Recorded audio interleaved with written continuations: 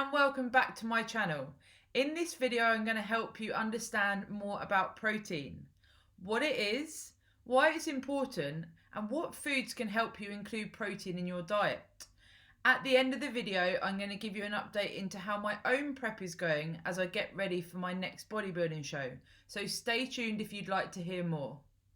Remember to subscribe to my channel for more videos like this, and if you enjoy the video today, hit the like button to let me know. By the end of this video, I want you to feel more informed about protein and understand why it's important to include it in your diet. Now, one of the biggest confusions I come across as a personal trainer is people finding it difficult to include protein in their diet. What sort of foods are the best sources of protein? A lot of females I work with worry that it's going to cause too much muscle gain. And there's a lot of confusion around the topic of protein. So what I want you to consider when asking the question, will protein make you too muscly, is I've been on a minimum of 170 grams of protein a day for pretty much 6 years, a little bit more. Now, I wouldn't say I'm overly muscly. I like to say that, I have got muscle mass there. But considering over 6 years of having that much protein every day, to me that's showing that will protein make me too muscly? Will I get really bulky? That I am, quite honestly living proof that that isn't the case. There's a lot of other factors that go into gaining muscle, especially for females. So just bear that in mind if that question comes up. Something else you want to consider is some people that, don't work out feel that maybe they don't need protein in their diet, or if you've got a sedentary job. Now, the benefits of protein are far greater than just muscle gain or losing weight. Including protein in your diet is going to help satiate you, you're going to feel fuller for longer, and it offers variety to your diet. Now guys, what is protein? So proteins are an essential nutrient for your body, and they're one of the building blocks that contribute towards body tissue. Now, whether your goal is to lose weight, stay the same, or gain weight, we can look to incorporate protein to help you retain your muscle, but also increase if you're looking to do that. Now, protein can also be used for energies, and protein is an essential part to transforming your body. As a calorie, we're looking at 4 calories per 1 gram of protein, which is the same as carbohydrates, and then fats, we're looking at 9 calories per 1 gram of fat. When you're looking at how much protein you should be having each day, I definitely recommend working with a coach or a nutritionist if you can. That's going to make it much more focused on what your goals are and what you're looking to achieve. If you have a look online or different places for recommendations, we're anywhere from 0.8 to 0.9 as a minimum grams per kilogram of body weight, all the way up to 2.1 to 3.3 grams per kilogram of body weight for athletes. So it's a very big range to look at. If you work with a coach or gain some advice from someone that knows their stuff, it can enable you to focus your nutrition on what your goals are and what you're hoping to achieve that little bit more. So some recommendations I give you are: eat every 3 to 5 hours, include protein each time you eat if you can, and look to get a minimum of 25 grams of protein each time you eat. So when you look at this in foods, that's things like, say, a medium chicken breast is around 30 grams of protein. 250 grams of Greek yogurt is just over 25 grams. So there's some examples as to what that looks like through food. Now, if you can, have a variety of different protein sources throughout your day and throughout your week, and include foods that you enjoy. So before we look a little bit more into what foods have got protein in, I'd love to see some comments below from you guys with some suggestions as to what sort of topics I can cover in future videos. It's been really good to see you guys getting involved in the comments in my previous videos. Now let's look at the foods we can include in our diet to bring those protein levels up.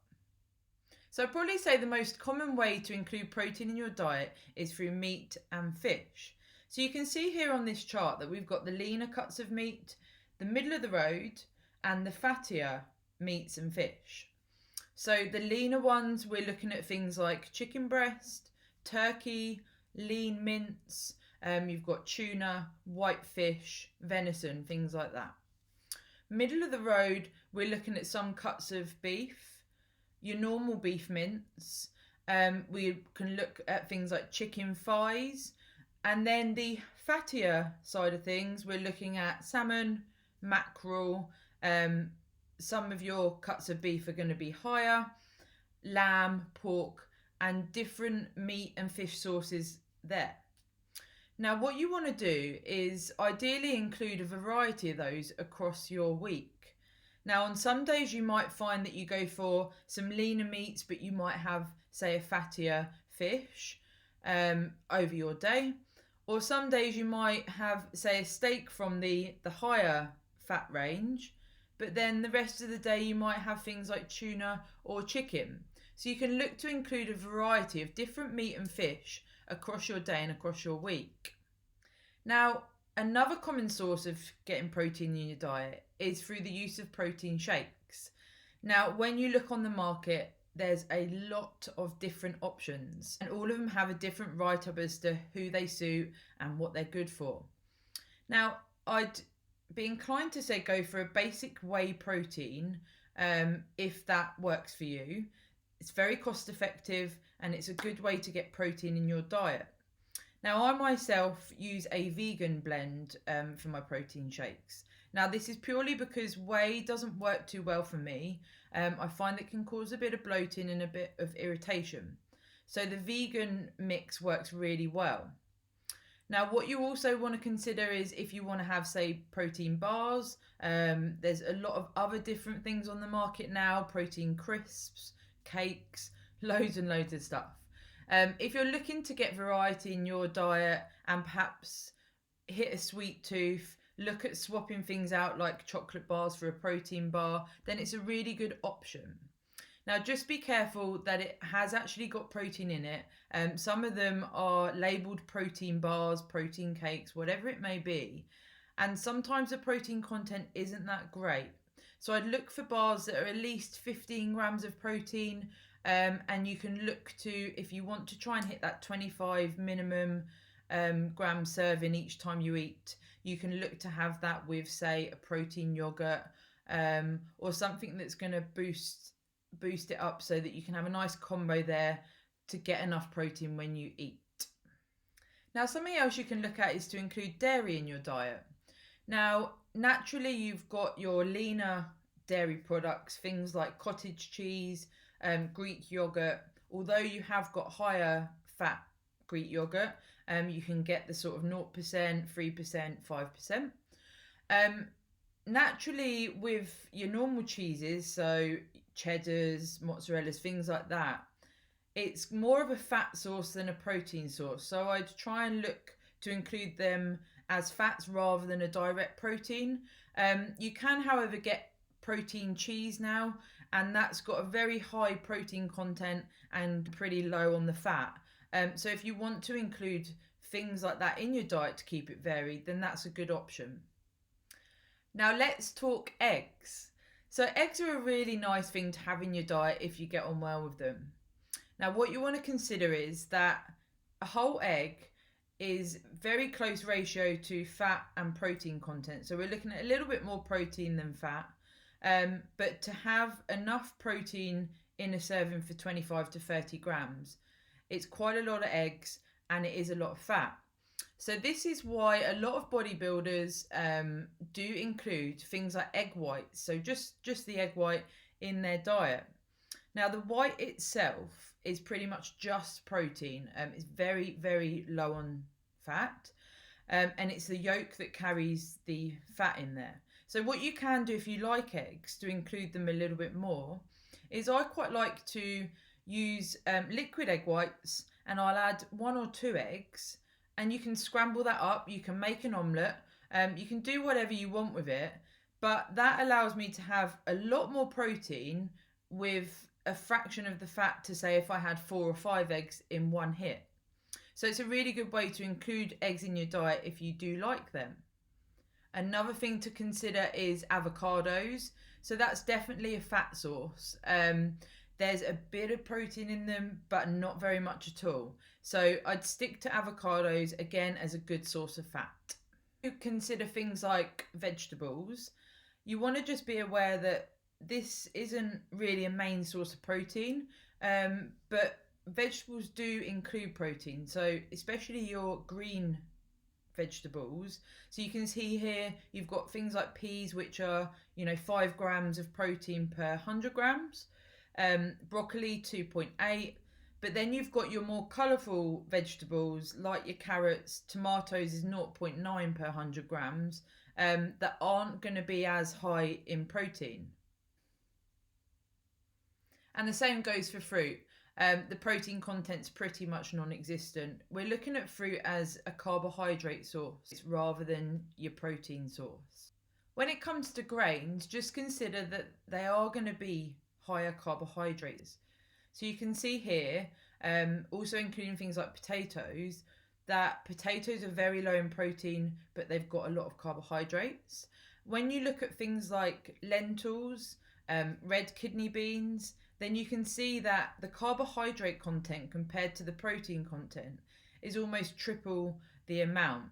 So they are predominantly carbohydrate sources, but if you're not eating meat for whatever reason, then you might be looking to things like lentils, kidney beans, baked beans, different things to bring your protein up. So just consider that you're going to need to look at the carbohydrate there as well.